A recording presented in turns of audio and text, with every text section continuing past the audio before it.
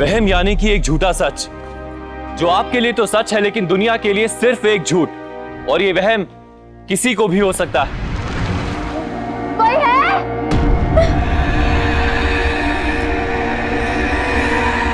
नमस्कार, सावधान Punjab fight back now में मैं सौरभ राज जैन आपका स्वागत करता। आखिर इस लड़की के साथ क्या हो रहा था? ऐसी कौन सी आवाजें थी जो उसको सुनाई दे रही थी और जिनसे वो बातें किया करती थी? आखिर उसने ऐसा क्या देख लिया था जिससे कि उसके होश ही उड़ गए थे? क्या था इस रहस्य के पीछे का सच? आइए जानने के लिए देखते हैं पंजाब की ये वारदात।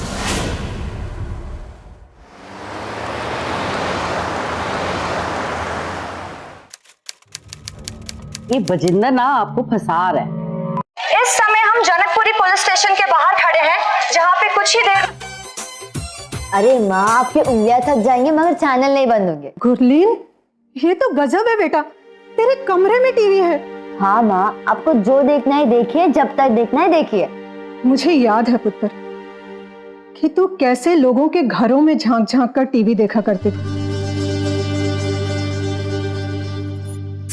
अरे क्या कर रही है? माँ, खुशबू है, खुशबू। शादी हो गई तेरी, बस शरारतें नहीं गई। वैसे खुशबू अच्छी है। अच्छी है ना? अच्छा, सरताज पुत्र कैसे है? अच्छा है माँ, मेरा बहुत ख्याल रखता है, जरूरत से भी ज्यादा। ये देखिए, कल ही मेरे लिए हार लाया और इससे मैचिंग झुमके भी।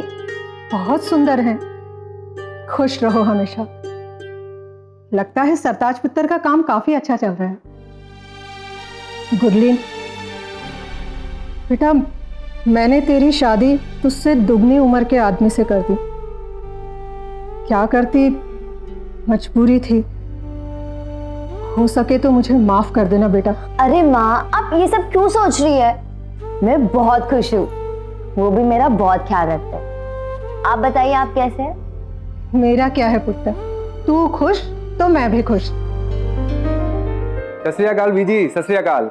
सत श्री अकाल पुत्र जी। क्या बात है, बड़ी खुशबू आ रही है परफ्यूम की। आप आ गए, बैठिए, मैं चाय लेकर आती हूँ। क्या बात है, अभी तक चाय नहीं पिलाई? बस ले आई। और जल्दी जाओ, और हाँ, आपने वो फेवरेट कुकी वाले बिस्कुट भी लेकर आना। और सुनाइए पुत्र जी, क्या हालचाल है? सब बढ़िया बीजी। गुरलीन आपकी बराबर से सेवा तो करती है ना? हाँ बीजी, जितना उससे बन पड़ता है उतना कर ही लेती है। आप दोनों का खुशहाल जोड़ा देख कर ना मन प्रसन्न हो गया जी। सब वाहिगुरु जी की मेहर है।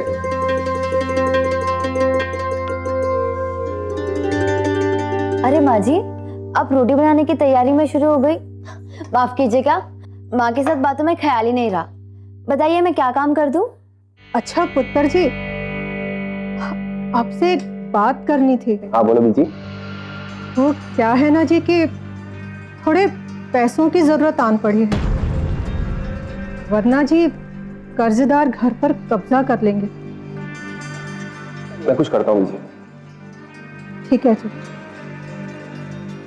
मैंने चाय बना के रख दी है, पहले बीजी को जाके चाय दे। कितनी दूर से आई है वो? अब तो उधर नाल बैठ, उससे बातें कर। मैं चाय देकर आपका काम कर देती हूँ।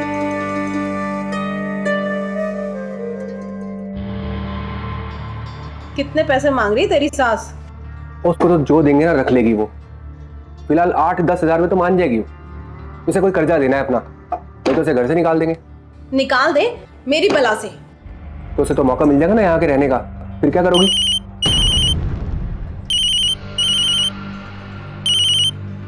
हाँ मामा जी, हाँ मैं नीचे ही आ रहा हूँ। कल और करनी सी तोड़े नाल। बोल। मैं तो फैसला कर चुका हूँ कि मुझे जगह छोड़नी है।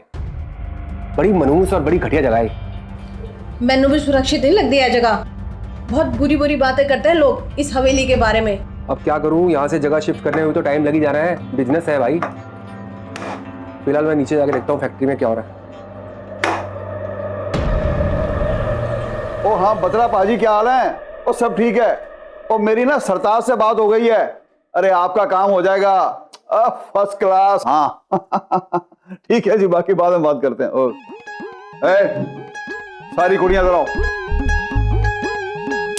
ओए मामे, कोई कुड़ी नहीं आने वाली तेरे पास।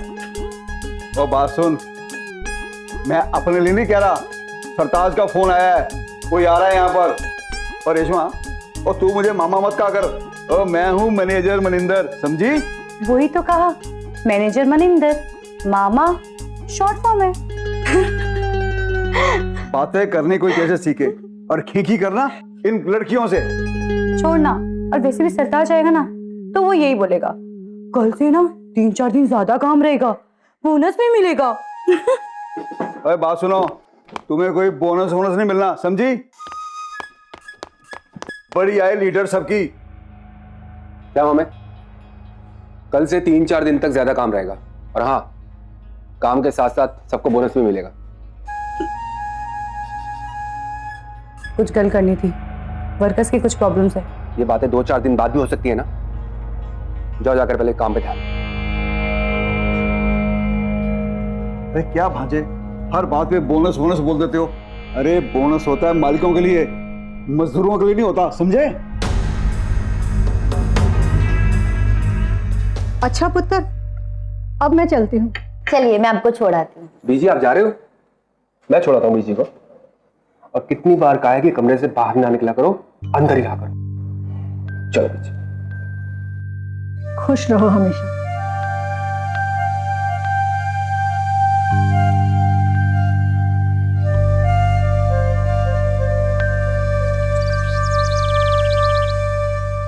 ये लीजिए जो पैसे आपने मांगे थे। और हाँ, हो सके तो दोबारा यहां मत आइएगा। आपको कुछ भी चाहिए तो मुझे फोन कीजिएगा, मैं घर पहुंचा दूंगा।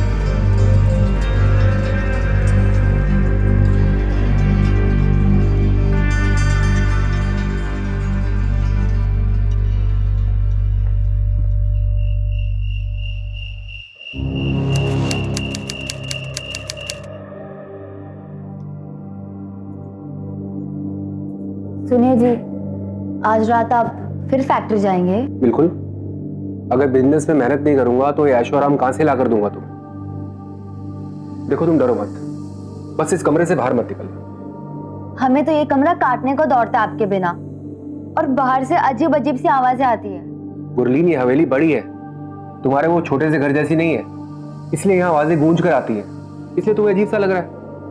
तुम एक काम करो, तुम टीवी चला कर रखो, तुम्हें ऐसा लगेगा तुम अपनी फ्रेंड के साथ बैठी हो। टीवी चला कर रखो, मैं आता हूं।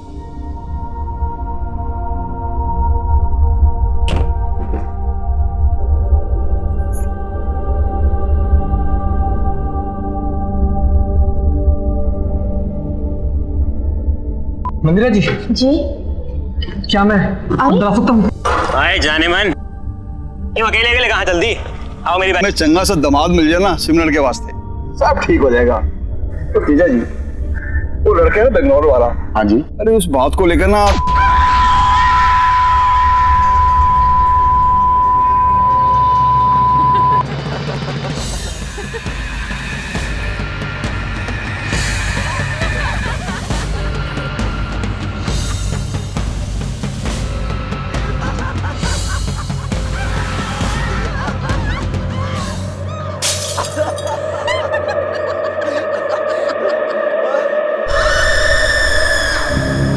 अजीब मुसीबत है, आज तो देख कर ही रहती हूँ कि आवाजें आती कहाँ से।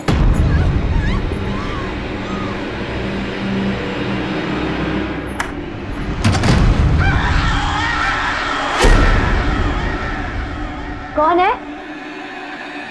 कौन है वहां? कोई है वहां? कोई है?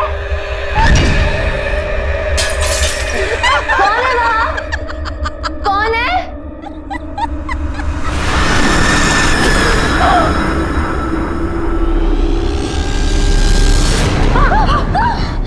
क्या कर रही हो भाभी? भूतू जैसा घूम रही हो अंधेरे में, डरा ही दिया मुझे।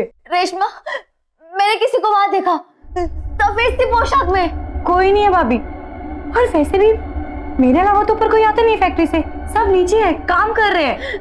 मुझे अजीब सी आवाजें सुनाई दे रही हैं। भाभी रेडियो चल रहा है नीचे, बस जोर से। नहीं, मुझे चीखने की आवाज सुनाई दे रही है। भाभी आपका बस ये वहम है, कुछ नहीं है। चलिए मैं आपको छोड़ देती हूँ, चलिए। भाभी आप डरिए मत, कुछ नहीं होगा। सो जाइए भाभी आप। मुझे बहुत डर लग रहा है रेशमा। अरे भाभी कुछ भी नहीं होगा, सो जाइए आप।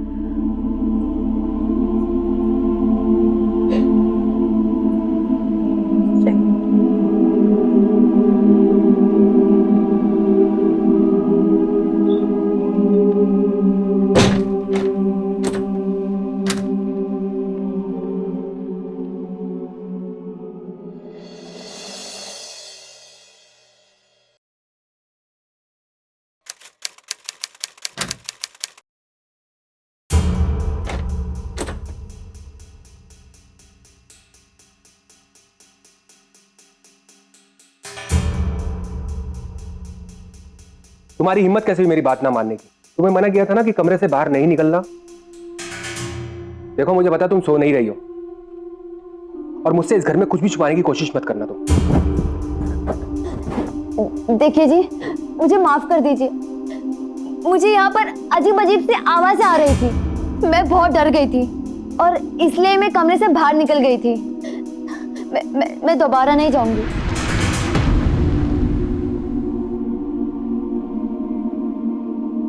देख मुझे पता है तू पहले से बहुत डरी हुई है। दरअसल इस घर की एक अफवाह है जो मैं तुझे बताना नहीं चाहता था। तो कुछ लड़कियों ने देखा है यहाँ पर। क्या देखा उन्होंने? वो डॉक्टर निश्चल, खैर तू छोड़ इन सब बातों को, बेकार की बात। कौन डॉक्टर? लोग कहते हैं कि डॉक्टर निश्चल की आत्मा इस घर में भटकती है। 55 साल पहले डॉक्टर निश्चल गांव वालों का इलाज किया करते थे। वो यही इसी घर में रहते थे। लोग उनको अपना भगवान मानते थे। वो निःशुल्क सेवा करते थे ना, इसलिए दवाइयाँ और इक्विपमेंट्स ना होने की वजह से डॉक्टर निश्चल के कुछ मरीज मरने लगे। ये देखकर डॉक्टर निश्चल तो सदमा खा गए और डिप्रेस होने लगे। थोड़े दिनों बाद उनकी बीवी भी चल बसी। इसकी वजह से वो और भी परेशान रहने लगे, और इसी परेशानी की वजह से उन्होंने एक दिन आत्महत्या कर ली इस घर में। लेकिन तू परेशान मत हो। देख मैं भी थक गया हूँ, मैं नहा के आता हूँ, फिर आराम करूंगा। आता हूँ।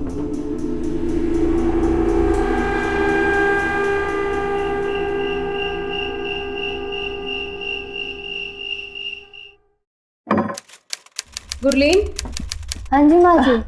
मैं जरा फैक्ट्री होके आती हूँ, तू ता तक सो जाना, मुझे आने में देर होगी। नहीं माँ जी, तुझसे ना जाओ, मैं यहाँ अकेले नहीं रह सकती।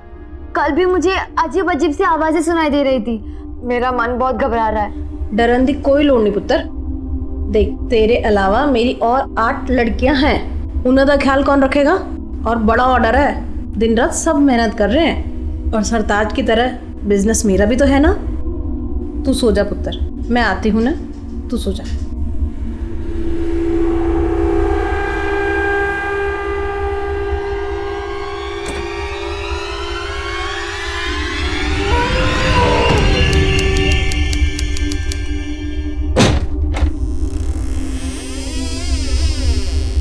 माँ जी, आप इतनी जल्दी आ गई? माँ जी,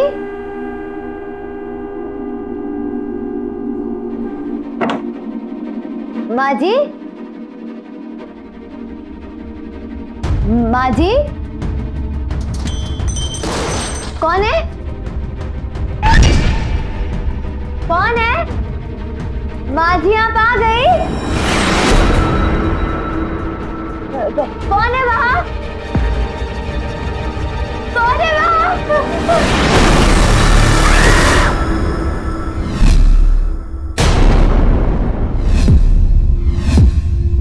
नहीं, मुझे मत मारो, मुझे मत मारो। डॉक्टर तेरे इलाज के लिए आए, डर मत। नहीं, मैंने डॉक्टर निश्चल को देखा, वो बहुत डरावने थे, वो मुझे मारना चाहते, मुझे ऐसे जाना है। तेरी बीवी तो बावली हो गई मुझे है। मारना चाहते हैं।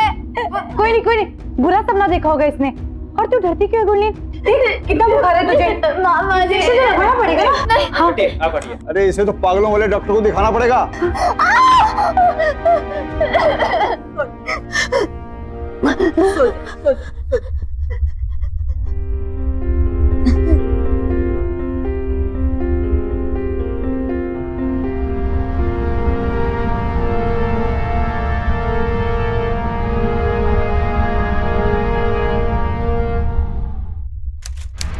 आ जाओ भाग जाओ भूत प्रेत को जड़ से खा।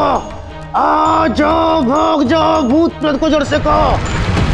आ जाओ भाग जाओ भूत प्रेत को जड़ से खा।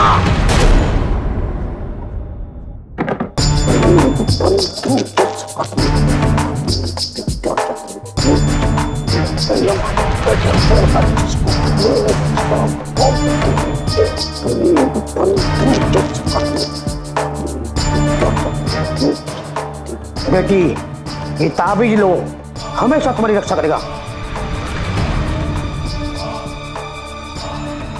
ये बाबा ना बहुत बच्चे हैं और इनका तेज देख के ऐसा लगता है ना कि सारे भूत ना अपनी लंगोट पकड़ के भाग जाएंगे। बेटी चिंता मत करो, इस कमरे को मैंने चारों तरफ से बांध दिया है। डॉक्टर निश्चल की आत्मा तो क्या, कोई भी भूत प्रेत इस कमरे के अंदर नहीं आ सकता। बस भाभी, अब आप भी ना इस कमरे से बाहर बंद निकलिएगा। नादान मालिका, तुम चुप रहो। बेटी निश्चल की आत्मा तड़पेगी, वो तुझे बाहर से कष्ट पहुंचाने की कोशिश करेगी। बस ये ताबीज अपने हाथ में रखना और बाबा को याद करना।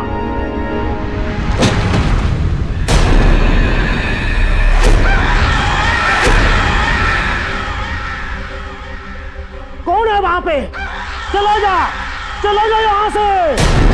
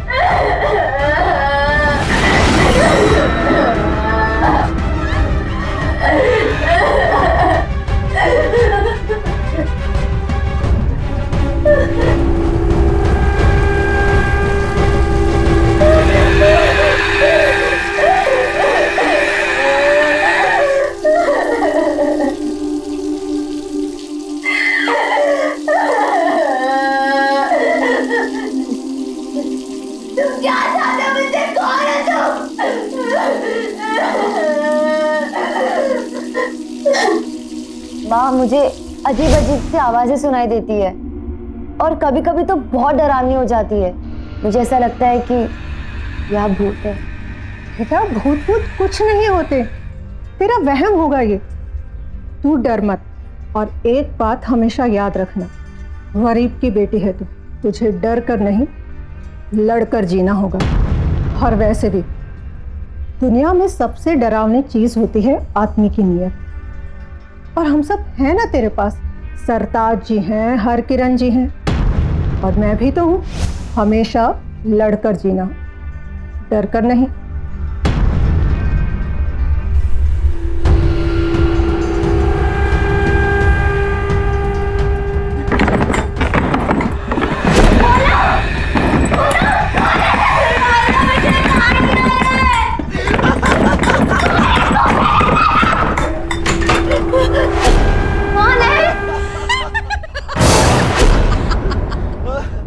कौन है वहाँ?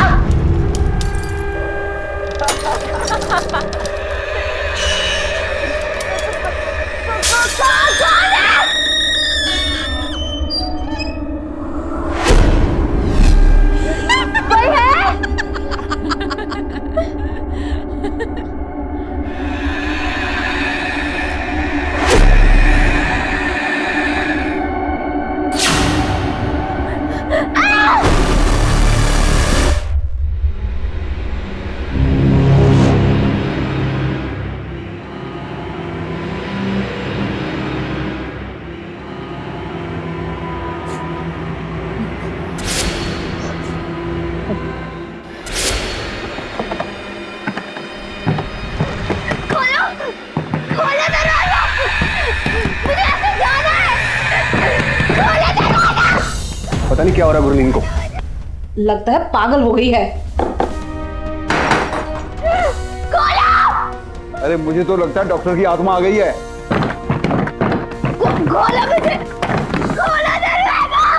यार अब्बा इसको ठीक कर दे। इसकी माँ को बुलाओ और बोलो लेके जा रही लड़की को।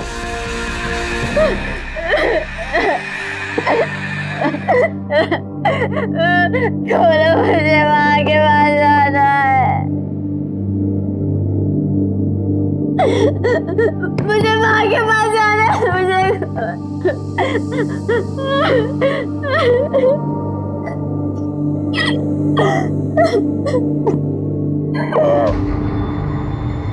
ये क्या था जो गुरलीन को दिखाई और सुनाई देता था, लेकिन उसके आसपास के लोगों को ना दिखाई देता था और ना ही सुनाई देता था। ऐसी शिकायतें दिमागी बीमारी के लक्षण होते हैं। तो क्या गुरलीन दिमागी रूप से बीमार थी, या फिर वो सच बोल रही थी और कोई भी उसका यकीन नहीं कर रहा था?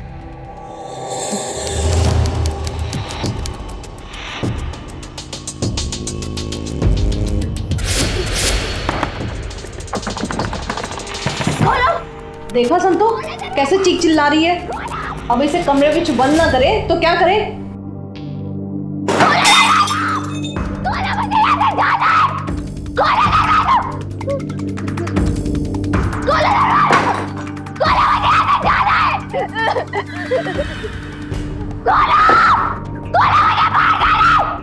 देखिए फिलहाल आप अपनी बेटी को अपने घर ले जाइए, बाकी हम बाद में देख लेंगे। लेकिन मैं इसे कैसे रखूंगी?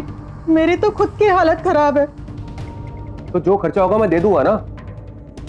अब हम इसे यहाँ नहीं रखने वाले। अजय पहले फैक्ट्री चल, वहां रेशमा और लड़कियों ने पहले से हड़ताल कर रखी है। ओ देखा, आगे बिजनेस की इतनी टेंशन है, ऊपर से ये गुरलीन का बखेड़ा। अब कैसे करेंगे? मामे तू यहीं ठहर, मैं देखता हूँ फैक्ट्री जाकर। ठीक है भांजे।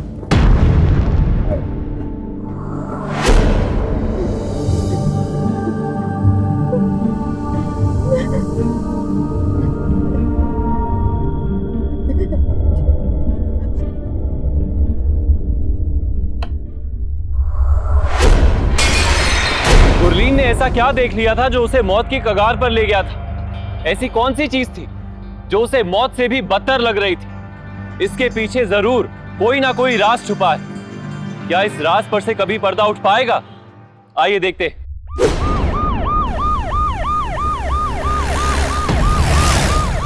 इस घर में एक शैतान का साया है। वो हरदम मेरे आसपास रहता है। कल मैंने उसके साथ दो और शैतानों को देखा। वो मुझे मारकर मेरी आत्मा पर काबू पाना चाहता है, लेकिन उससे पहले ही मैं अपनी जान देकर भगवान के पास चली जाऊंगी। और लिखने वाले का नाम है गुरलीन। गुरलीन मेरी बीवी थी सर।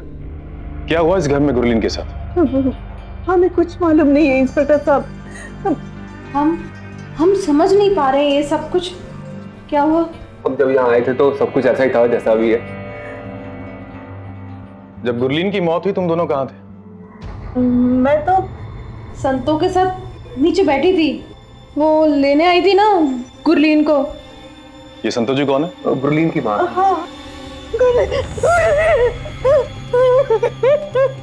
और आप कहाँ थे? मैं सर वो वर्कर्स को लेकर कोई इशू था, तो उनके इश्यूज को सॉल्व कर रहा था बेसमेंट नीचे। हमारी फैक्ट्री है ना। किस चीज की फैक्ट्री है? यही कोई पंजाबी सूट्स एक्सपोर्ट करते हैं सर। होलसेल का काम है, छोटा सा। मैं 1 मिनट आपको ओह, तो सूट एक्सपोर्ट करते हैं आप? झूठ बोल रहे हो तुम लोग। तुम दोनों माँ बेटे ने मिलकर मारा है मेरी बेटी को। सालों साल उसे कमरे में बंद रखा, दबा कर रखा, और अब तुम्हारे दिए उसे। क्या बक रही हो संतो? होश में तो हो। लालची औरत अपनी बेटी की जिंदगी को बेचा, अब क्या उसकी मौत को बेचने आई हो? अरे थू है तुझ पर। चल दफा हो जाए यहाँ से। तुम अमीर सही सरताज, और मैं गरीब, लेकिन कानून अमीर गरीब नहीं देखता। एक मिनट बाजी, आप कुछ कहना चाहती? जी हाँ इंस्पेक्टर साहब, इन लोगों ने मारा मेरी बेटी को। मैं देखता हूं। जसविंदर, सभी को पुलिस स्टेशन ले जाओ। मैं जरा आया इनकी फैक्ट्री देख के। चलिए मामा जी, आपकी फैक्ट्री देखने।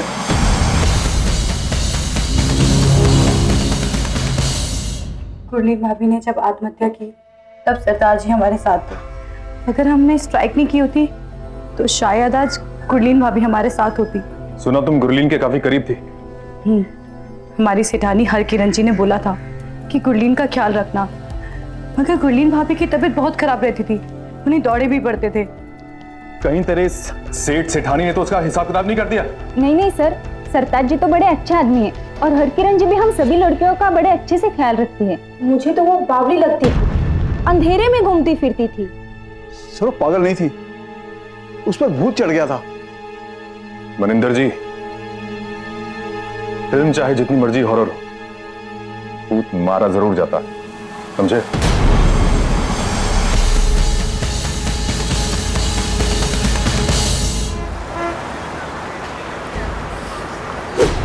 गुरलीन के साथ कभी झगड़ा, कोई मारपीट हुई थी आपकी? नहीं सर, हमने तो बहुत खुश रखा हुआ था उसे। कोई ऐसी बात जिससे वो परेशान थी? कोई भी बात, या कोई दुश्मन? उसकी तबीयत ठीक नहीं रहती थी, कहती थी अजीब अजीब सी आवाज़ें सुनाई देती हैं, चीज़ें दिखाई देती हैं, कभी कभी तो खुद से ही बातें करती थी, चीखती चिल्लाती सी। सानू कुछ नहीं समझ आ रहा सी, इसलिए मैंने संतों को बुला लिया और कहा कि थोड़े दिन इन्हों अपने नाल ला जा। इंस्पेक्टर साहब, ये औरत झूठी और लालची है। बेटी की शादी के लिए पैसे दी, उसके बाद मैं कई बार इसे पैसे दे चुका हूँ उसका वो मकान वाला कर्जा चुकाने के लिए, लेकिन आज तक इसने पैसे वापस नहीं किए। और जब इसकी बेटी मर चुकी है तो उस बात का भी फायदा उठाने के लिए मेरे पास आई है, पैसे मांगने के लिए, ऐठने के लिए। अरे कम से कम अपनी मरी बेटी की तो इज्जत कर। फिलहाल आप लोग जा सकते हैं, मगर बहुत जल्द वापस बुलाऊंगा।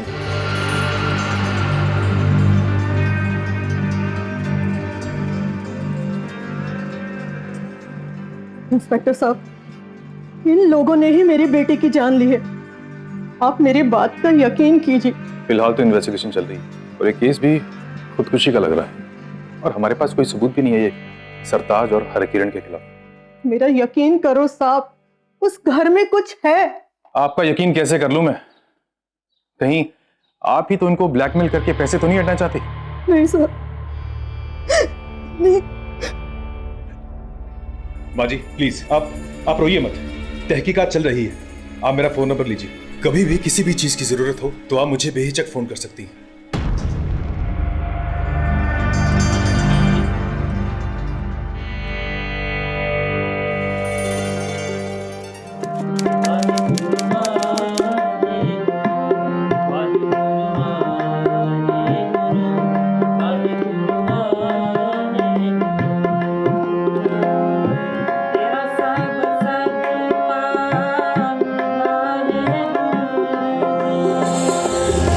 लोग काम क्या करते हैं? सर देखा ना हमने, पंजाबी सूट की फैक्ट्री है। उनकी सिलाई मशीन देखी आपने? जंग और धूल खाई हुई, जैसे कई साल से चली ना हो। और बिजनेसमैन अपने सूट बाजार में भेजेगा, मगर उनके सूटों पर तो धूल चढ़ी हुई और रॉ मटेरियल जैसे 10 साल पुराना हो, रंग निकला हुआ। अगर ऐसे रॉ मटेरियल का सूट बनाकर कोई अपनी बीवी को देगा ना, तो एक हफ्ता खाने को नहीं मिलेगा। सर आप कहना क्या चाहते हैं?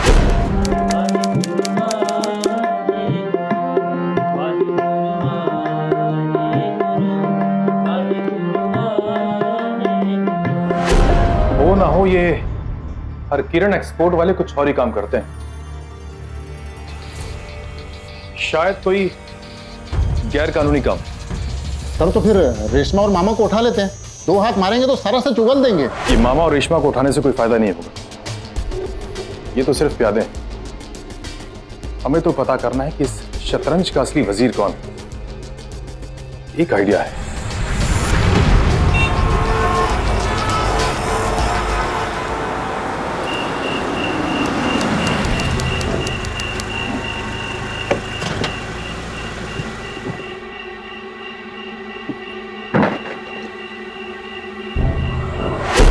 अरे यार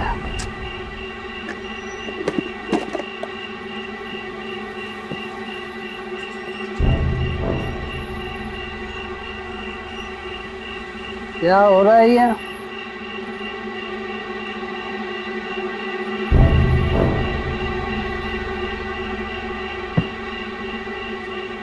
अरे सेठ, माचिस चलेगी?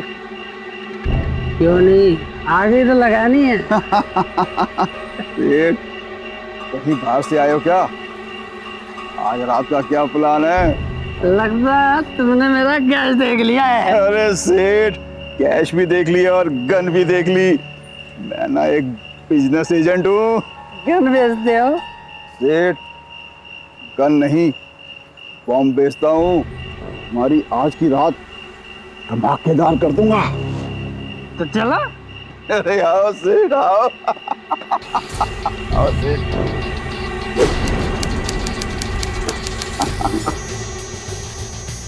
अरे यार ये कहाँ ले आया? ये तो कोई फैक्ट्री दिखती है। अरे रुको रुको,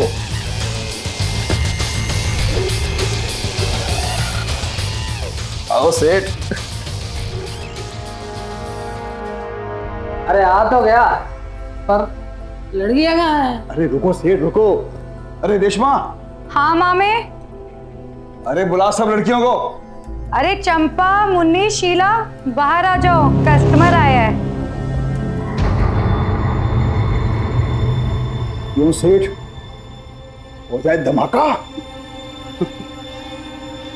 अब धमाका यहाँ नहीं, धमाका तो पुलिस स्टेशन में होगा। ले चलो इन सबको पुलिस स्टेशन। इनका हिसाब किताब तो वहीं होगा। ए, रुक, चल।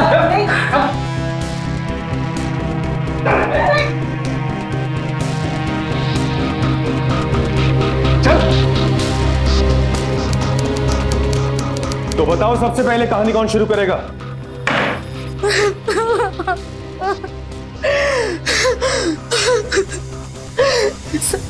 यहाँ धंधा चलता है सर, और इस धंधे से ना हमें बहुत पैसा मिलता है। और गुरलीन हमारे धंधे के बीच में आ रही थी, हमने बहुत कोशिश की उसे बात छुपाने की, उसे रोकने की कि तू नीचे मत जा। वो आ गई। मामे, तुम भी बोल दो मामा मनिंदर। मैं तो उसे बस डॉक्टर का भूत बनकर डराता था।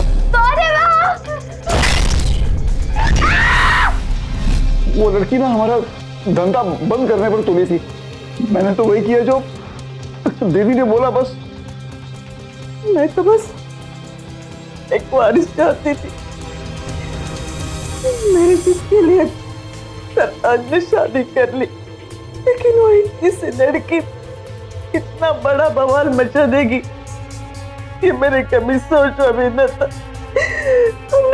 हमने हर तरह उसे डराने की कोशिश की, अगर वो कमबख्त कहा मानती। कोई है?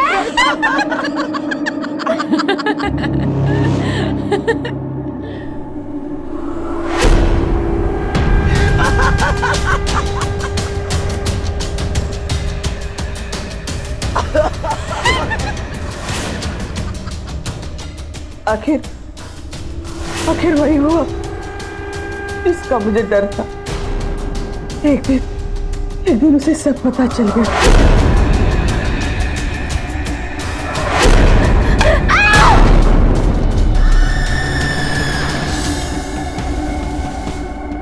वो चुप होने के लिए तैयार नहीं थी, इसलिए सरताज को मैंने कहा अब उसे मारना ही होगा। मैं बिजनेसमैन हूं सर। मैंने जो भी कुछ किया अपना बिजनेस बचाने के लिए किया। कैसा बिजनेस? जिस्म फरोशी का? उसके लिए एक मासूम की जान ले ली तुम लोगों ने। मुझे बताओ कैसे मरा था? बताओ। वो मैंने ही गुरलीन की माँ को घर पर बुलाया था और आगे बिजनेस की इतनी टेंशन है, ऊपर से ये गुरलीन का बखेड़ा। अब कैसे करेंगे? मामे तू यहीं ठहर, मैं देखता हूँ फैक्ट्री। ठीक है भाई।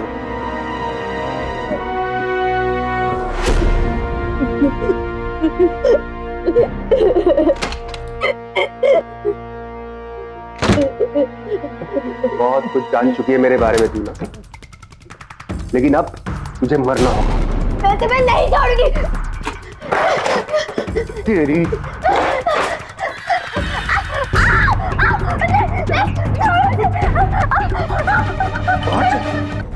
देख तेरी माँ, तू और तेरी माँ दोनों मेरे कब्जे में है, और अगर जरा तू चपड़ती ना तो मार डालूंगा। तुम ऐसा नहीं कर सकते। मैं सब कुछ कर सकता हूँ, छोड़ो मुझे। और अगर अपनी माँ की सलामती चाहती है ना तो जो मैं कह रहा हूँ ना वो कर। नहीं करूंगी। नहीं करेगी? देख तेरी माँ को मार डालूंगा। कर दीजिए। टांग छोड़। आप जैसा बोलेंगे मैं वैसा करूंगी। करेगी ना? करेगी ना? चल लिख लिख लिख लिख लिख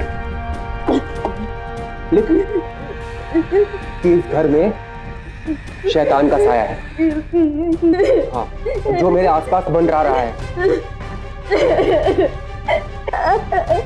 वो शैतान मेरी आत्मा पर कब्जा करना चाहता है, मुझे मारकर। हाँ, हाँ। इससे पहले कि वो मुझे मारे, हाँ, मैं खुद ही अपने आप को मारकर भगवान के घर चली जाऊंगी। साइन तो कर, साइन तो कर, साइन साइन साइन कर, साइन। अब चल। वो गुरलीन को धमकी दी, जान से मारने की धमकी दी थी मैंने उसको, क्योंकि वो मान ही नहीं रही थी। कितनी बार समझाया, कितनी बार बोला नहीं आना नीचे, नहीं आना नीचे, लेकिन नहीं आ रही थी। जब मना किया था कि फैक्ट्री में नहीं आना तो क्यों वो आ रही थी, और उसकी यही जिद मुझे अंदर से खा रही थी, और मैंने उसको मार डाला। कोई चारा नहीं था ना मेरे पास। सारा का सारा बिजनेस मेरा ठप होता जा रहा था उसकी वजह से, और मैं देखता तमाशा। नहीं, मरना वाला उसको, और मरना ही था उसको। मार दिया मैंने उसको। क्या करता? मार दिया मैंने।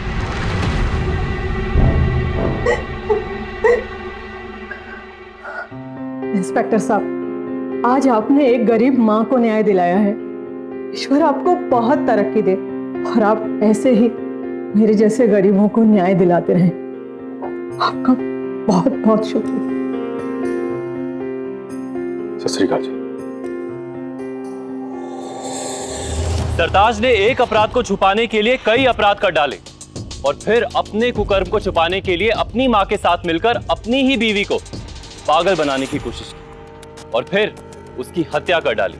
पंजाब पुलिस के इंस्पेक्टर मोहम्मद खान ने और गुरलीन की मां संतो ने हार नहीं मानी। इन दोनों ने सरताज और उसकी मां के जिस्म फरोशी के धंधे का पर्दाफाश कर दिया। पंजाब सेशन कोर्ट ने सरताज को गुरलीन की हत्या करने के जुर्म में आईपीसी धारा 302 के तहत उम्र कैद की सजा सुनाई। सरताज और हरकिरण को गुरलीन को कैद करने के जुर्म में आईपीसी धारा 342, झूठे सबूत और जानकारी देकर पुलिस को गुमराह करने के जुर्म में धारा 193 और धारा 203, और क्रिमिनल कॉन्स्पिरेसी के लिए धारा 120B के तहत 7 साल की सजा सुनाई। साथ ही सरताज, हरकिरण, मनिंदर और रेशमा को जिस्म फरोशी का धंधा करवाने के लिए इमोरल ट्रैफिकिंग प्रिवेंशन एक्ट और आईपीसी धारा 370(3) के तहत 7 साल की सजा सुनाई। पंजाब के क्रिमिनल्स को कानून के हवाले करने के लिए हम सभी पंजाब वासियों को एकजुट होना होगा, ताकि पंजाब एक क्राइम फ्री स्टेट बन सके। और ये सब हमें अभी करना होगा, क्योंकि अभी नहीं तो कभी नहीं। इसी के साथ मैं सौरभ राज जैन आप सबसे विदा लेता हूं। पंजाब में जुर्म को जवाब देती हुई एक और सच्ची घटना के साथ आपसे फिर से होगी मुलाकात। तब तक के लिए सावधान पंजाब, फाइट बैक नाउ।